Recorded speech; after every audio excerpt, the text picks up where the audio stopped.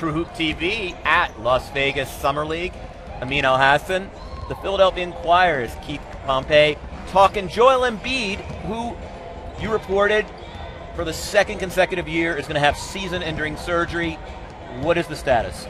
I mean, hey, like you said, he's going to have season-ending surgery for the second year. I mean, it's not a good sign for the Sixers. I mean, when you think about it, Joel Embiid came here. He was supposed to be the franchise player. I mean, so much so that they moved Nerlens Noel to the 4.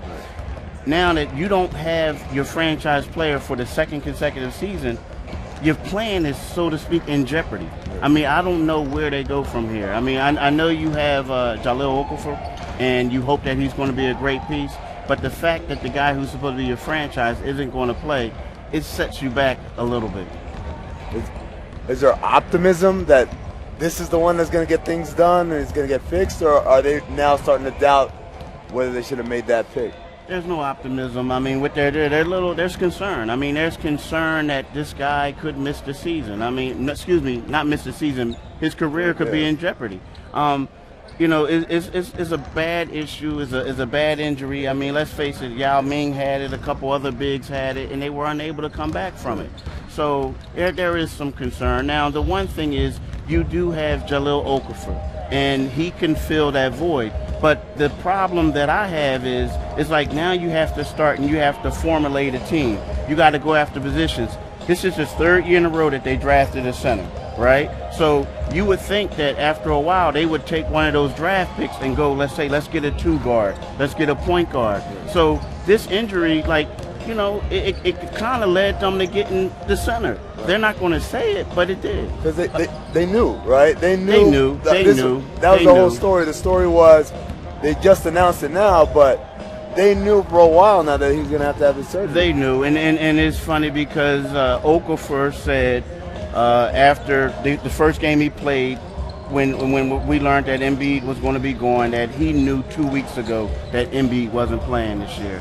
So they had to know. They had to know. All right, thus far, the ownership group has been very patient with the plan. The fans, by and large, in Philadelphia, many of them understand the process. At what point does that patience run out, in your opinion? Well, if Nick Stauskas comes there and he struggles, if Nerlens Noel can't play the 4, and if Okafor, you know, has a subpar season, I mean, people are going to get upset. Now, see, the thing is, what they're doing right now is, and it sounds good on paper, and it could work out. But what you do is you go out and you go identify players. Like Nick Stauskas was a heck of a shooter at Michigan. Nerlens Noel was, you know, he had a pretty good rookie season. Jahlil Okafor, you know, you could say going into last season, he was projected to be the #1 player drafted. So you have all these superstars in place. Now we have to find out if they can actually play in the NBA. And if not, people are going to get restless. Well, and I'll say, the pitchforks in Philadelphia are particularly sharp. I mean... But I tell you, people have been patient, though. They have, for the most part. That's the funny thing to me. How good of a job, PR-wise, do they do? Because I feel like, as far as I'm national media, anytime I try to get anything done with Philadelphia, they seem to stonewall. They don't really seem to respect that kind of give and take between the media and the team. You feel that as a local reporter? It's kind of like it's Silent Sam. You know, that's what I nicknamed the general manager, Sam Hinkie. I call him Silent Sam. You know, he's the type of guy, he'll talk to you, but he just doesn't like giving interviews. I mean, he'll talk to you like off the record or for background. You know what I mean? He'll tell you stuff like that. But, you know, I do think that if they had a problem where they messed up on this one, is that I feel like when they knew that this guy wasn't going to play, they should have held a press conference. They should have had him at the podium, and they should have said, he's going to be done for the year, we're going to have surgery, and everyone would have wrote the story, and the next thing you know, people would have felt sorry for him.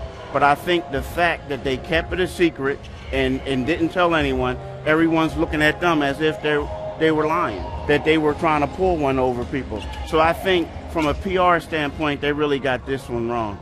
Yeah, while they inhabit the basement of the Eastern Conference, it seems like there are big investments in medical services, that they're doing a lot for the infrastructure of the organization, nutrition, analytics. Is there still a sense that, look, while we wait, these programs are meaningful, and in the process we're building a healthier franchise? Yeah, I mean, they think so. Because if you think about it now, the Milwaukee Bucks have kind of destroyed what the thinking.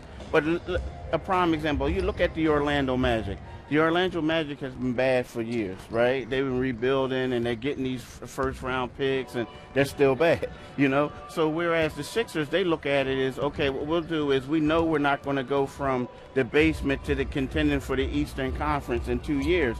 So let's keep acquiring these players, and over time, you know, we'll be pretty good. Now, the thing is, a lot of people want them to go after free agents.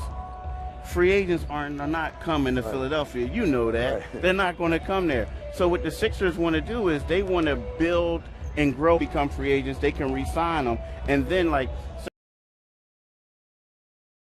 say for instance, say like if Nerlens Noel becomes an NBA All-Star, if Jahlil Okafor becomes one of the top 3 centers in the league, then they say, hey, you know, there's a point guard on another team who wants to play with them so we can have a big 3. So that's what they're banking on. You guys Robert Covington fans?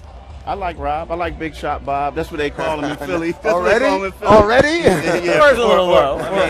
Or RG3. I mean, they call him everything, man. Yeah. No, I like Robert Covington as well. But it just seems to me at some point they got to stop doing the asset accumulation and start to move the program forward meaningfully, not incrementally, but big steps as far as making moves that say, hey, now we're done accumulating and we've moved into the winning stage. When do you think that starts?